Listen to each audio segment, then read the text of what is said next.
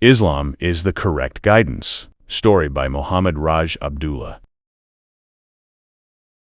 That night, Paul stood on his small balcony, looking out at the city lights. The pain of his family's rejection was still a scar. The light between the shadows. Paul had always been a seeker, a man who felt the world was a puzzle with a missing piece. He spent his evenings in the quiet corners of the city library, drifting through philosophy and history, until one afternoon, a specific book caught the amber light of the setting sun.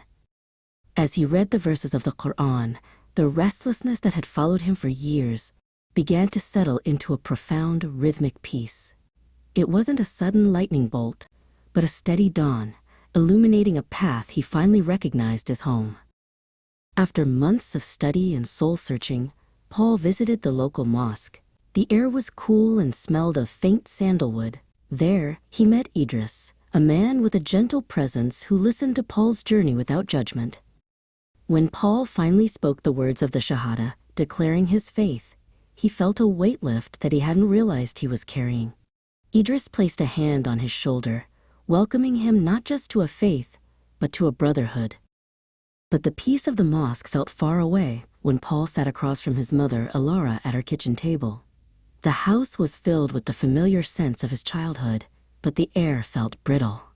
When Paul shared the news of his conversion, the silence that followed was sharper than any argument. He reached across the table, hoping to find her hand, but Alara pulled back, her face a mask of confusion and growing resentment.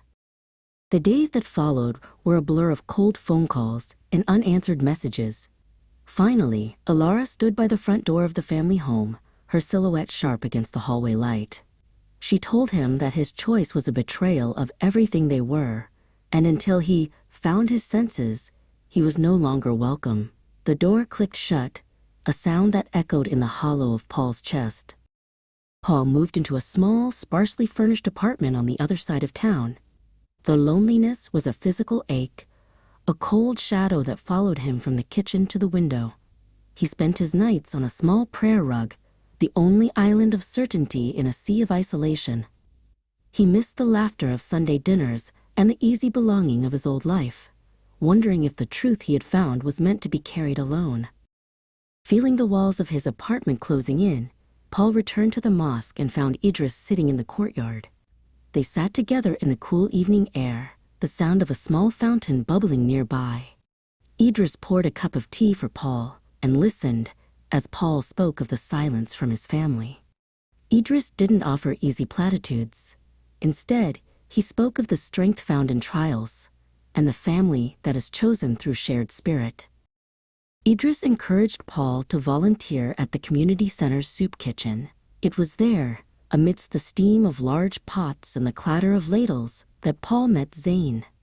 Zain was younger, full of energy and quick jokes, and he moved through the kitchen with a sense of purpose that Paul admired.